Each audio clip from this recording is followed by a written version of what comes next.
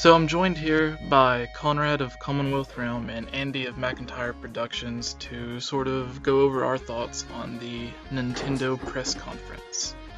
To start out, we're going to be talking about what we didn't like, and then we're going to move on to what we think could have made it better overall, and then we're going to talk about the new Zelda footage that was shown off and give you our thoughts on it. Andy, would you like to start us out?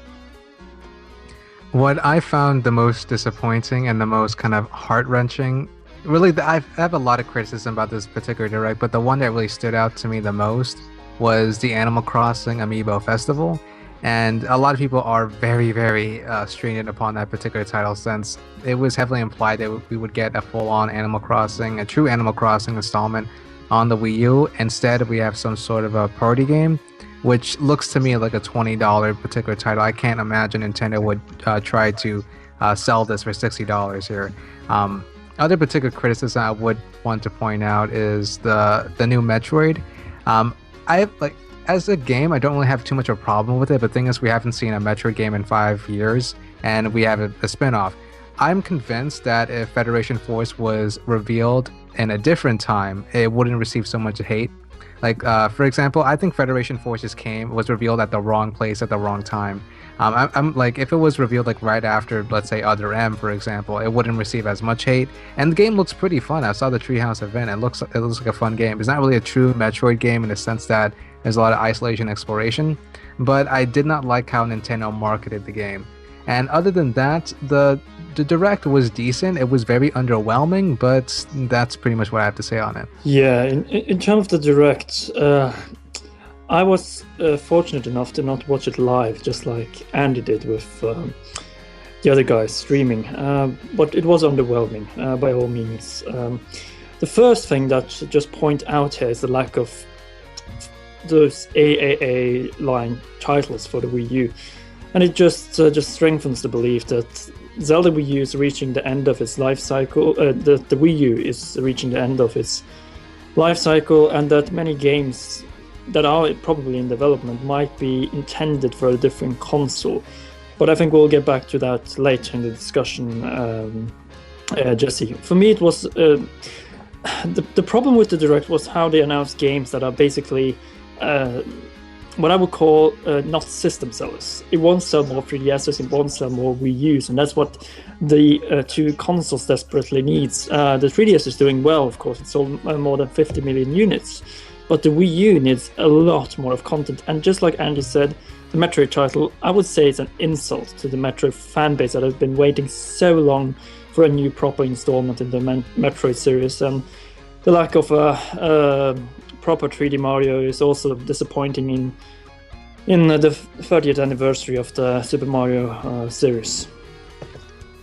The Animal Crossing games, not looking like a big budget AAA game that you would expect from Nintendo, especially around E3. It reminded me of more of a $40 Toad Tracker style game, to where it looks fun, it looks interesting, but it doesn't look like something that's going to take too long to beat, and it doesn't really look like it even took that long for them to make, because it looks like something that would be a side edition or side quests on a normal Animal Crossing game. And with the Metroid Blast Ball game, it seems like it's more of a spin-off to me as well compared to other Metroid games, because everyone's been waiting for a while, and there's been rumors about another Metroid Prime style game, or even a side-scrolling 2DS, not 2DS game, but 2D game, and I think people were just really looking forward to that. So whenever the new game was announced, I think it was just a big letdown for everybody that was expecting more.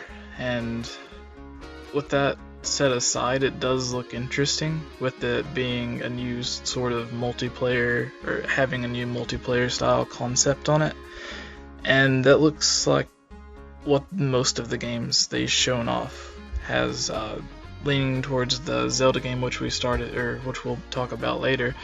It looks more of a multiplayer style game, and so does the Animal Crossing, where you build your houses and then you share them with your friends, and it's the same thing with the Mario Maker. You build your levels, share them with your friends, And it looks like that's what Nintendo's focus is on right now.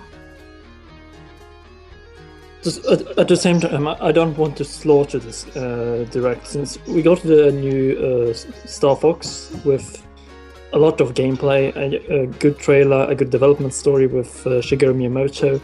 And then we also got, directly after the digital event, the Treehouse Live presentation of the game. So Star Fox was definitely the highlight of this digital event. But there were just too many low points for this direct to shine out. And the general format, it was just too much talking, too much filler. Compared to game announcements, which E3 is all about. It's not about talking about games, it's showing games. You need to show games, you need to show what you have in store for your consumers and for potential consumers for the next year. And the little skits just felt like they were trying too hard. I didn't really find them funny, and I think it would have been, the time would have been better used to talk more about the games, or even use the time to announce a brand new game. I would say the biggest point of filler of the entire digital event would be them talking about Super Mario Maker. They had an entire session talking about how the level design actually worked. And the thing is, we already knew about Mario Maker. We knew plenty about it. And they already showcased a perfect gameplay demonstration at the Nintendo World Championships. That was fine. I was completely content with that particular demonstration. They didn't really need to show off Mario Maker since then. They did that wonderfully with the Nintendo World Championships, and they just went out talking about it. I believe most of the time they started talking about Super Mario Maker, and it looks fine, it looks great, but I don't really imagine why they really had a need to talk about so much about the 30th anniversary of Mario, but it's also going to be the 30th anniversary of Zelda and Metroid. I felt like Nintendo should have just advertised the digital event in a new way. I felt like the content they dished out was actually pretty substantial, but it's the way they kind of fleshed it out, which kind of disappointed me. I felt like if Nintendo kind of, in a sense, broadened their advertising goals and just tried to be more streamlined in how they present the games, it would have turned out more favorably. Right, and I think another thing that they've sort of been focusing on is they've made it a point to announce that they're working with other third-party developers and lending out characters from their own franchises, and we sort of seen that with the Skylanders amiibo crossover with Bowser and Donkey Kong. And what are your guys' thoughts on that? Do you think we could see characters lent out to other games as well? I don't care about Skylanders personally. I know it's a big thing among children or youth in general, but I think that Nintendo has a good scheme already for their amiibos, and they don't need the support through Skylanders. The amiibos are selling like hotcakes, and we see a problem with supply versus demand in terms of the amiibos, especially specific ones in particular countries. So I think that Nintendo should definitely not have included the Skylanders skit within the digital event. Instead, they should probably have talked a little bit more about what is coming to Splatoon, Mario Kart 8, if there would be something new, I don't know, or perhaps talk about Smash. I think that some part of the Smash Direct should have been included in the digital event, especially the announcements of the new characters and the announcement on the tournament mode that is coming to Smash. I think they could have excluded some of those filler stuff or content that I don't think would enhance the digital event, but include the things that they excluded, such as Earthbound Beginnings and the additions coming to Splatoon, and of course the DLC for Smash. And I'm glad you brought up the whole amiibo situation. The thing is, I have a feeling that Nintendo is trying to milk the amiibos too much. Of course, we got the whole skit with Skylanders, but we have an entire game that revolves around amiibos, which is Animal Crossing Amiibo Festival. In fact, the whole logo Amiibo Festival is gigantic, in which the actual Animal Crossing logo is on top. It's tiny in comparison. And that's the thing. They have an entire Amiibo lineup for Animal Crossing. And I'm not sure what's Nintendo's future approach with Amiibo. In the past, they have been very, very stringent, and there's a ton of amiibo demand as of the moment. I'm not particularly sure whether or not this continued demand for amiibo will continue, but this whole amiibo bubble could burst if, let's say, Nintendo kind of just burst out a bunch of amiibos at the scene. The only reason why people are interested with amiibos is because they're rare, because there are not that many of them. As soon as Nintendo tries to meet that demand with a bunch of amiibos, they will lose value. And that's why I'm kind of frightened that Nintendo is going to kind of give in to these demands of all these amiibos. And if they do that, that whole amiibo bubble will like burst, and amiibos won't be as worth as they once were before.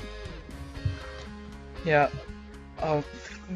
Going on with amiibos, there was a lot of people thinking Nintendo was going to show off an amiibo-centric game, which we sort of got with the Animal Crossing game that you mentioned, but I think people's thoughts were a Skylander style game, sort of mixed with Nintendo Land, where you play as your Mii, but depending on which amiibo you use, you can unlock costumes and levels centered around that particular amiibo. And I think that's what people were kind of expecting with the amiibo at E3, but instead we got the Animal Crossing game, which in the logo, the Animal Crossing is a lot smaller than the Amiibo Festival, so I think that's interesting. But what are your thoughts on what they could have done, or what game they could have announced to show off and then just kind of make their E3 more competitive towards Microsoft and Sony? Yeah, the game I think that was missing was the proper Metroid title, being the 2D Metroid, since we know that the Wii U is reaching the end of its stretch, and we heard also from Reggie telling about how they are in a phase of transformation, and I think that phase of transformation is all about the pulling out of the Wii U, giving it just a proper end with the titles coming out this fall, that being Yoshi's Woolly World, Star Fox, and of course Xenoblade Chronicles X. And then there's basically no titles coming next year apart for Shin Megami Tensei Cross Fire Emblem. So I think that Nintendo just wants to give a proper end for the Wii U and change the focus or workforce onto the NX, and I think that most people are already working on titles for the NX. So I think that Nintendo will come back strong next year. But in terms of the game that was missing, it was definitely the 2D Metroid game that is probably being developed at this moment by Metroid's creator and director, Mr. Sakamoto.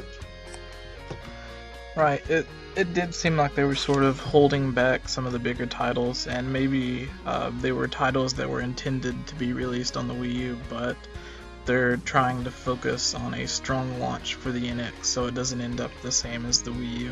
And it sucks for all the people that want to stay on the Wii U or just purchase their Wii U, but overall for Nintendo I think it's the better call. But yeah, I think they're just holding most of their bigger titles that they maybe were going to announce, and they're just going to put it on the NX so it doesn't have a sort of slow start as the Nintendo Wii U did.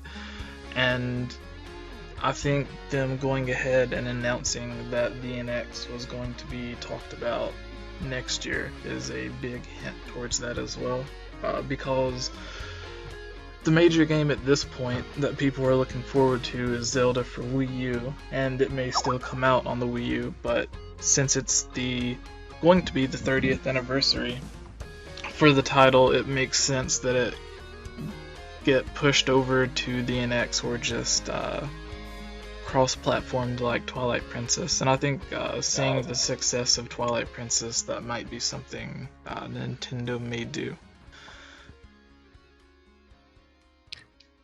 And you brought up the previous point that Nintendo really wants to be competitive in accordance to, let's say, Microsoft and Sony. I didn't really think they had the mindset of coming to this E3 to be competitive. If they were, they would have come up with obviously bigger guns. And the thing is, they don't want to show off anything new. As with Reggie actually mentioned the NX at the particular event, And that's the thing. Like, as you probably already have a particular notion that Nintendo is just gearing up towards the NX and making sure that system is successful. And let's face it, the Wii U is not really a successful console to begin with. It's a great piece of hardware, don't get me wrong, but financially speaking, the system doesn't really sell. And why should, let's say, Nintendo as a company really invest into a system that's obviously in its twilight years? So I'm a bit optimistic of what Nintendo has to show off in let's say next year's E3 when they actually show off hardware. And that's the thing. If they're going to show off the NX, what better way to show it off with games, with actually stuff that actually goes on it? One of the big problems with the Wii U is that when it was first revealed, there was no games that really came with it. All they had was like new Super Mario Bros. Wii U, and that's really about it. They had a couple more titles, but at least with the NX, like at this point, we have a preconceived notion that they have some AAA titles. For example, Metroid, that could be a launch title for the Wii U, and that's a heck of a launch title right there. And so I have a feeling that Nintendo didn't really want to be competitive in the first place. They were just kind of just giving the Wii U as kind of a limelight towards the next Direct. Yeah, I think Nintendo basically lived on the flow from the Wii. They thought that the Wii would sell by itself, and then marketing failed, the console failed because it was underpowered, and finally they just because of the lack of power and the complicated structure of the console, they also lost third-party support, which is crucial for every console if it wants to run in the long run. We see that most developers today are third-party developers, ranging from large AAA developers such as Bethesda, Ubisoft, EA, Square Enix, and Nintendo has basically no support from any of them, and that's their problem. And I think that with the NX, they are trying to build a much more powerful console that will be able to compete with the PS4, the Xbox One, and since they will probably do the change already next year, or that is why I believe, then I think that the NX will be out in a substantial amount of time before the successor of the PS4 or Xbox One are announced. So I think that the NX could be a great beginning, and that E3 2016 will be Nintendo's E3, since we will get the announcement for the NX, the reveal of the console, and announcement of the release later that fall.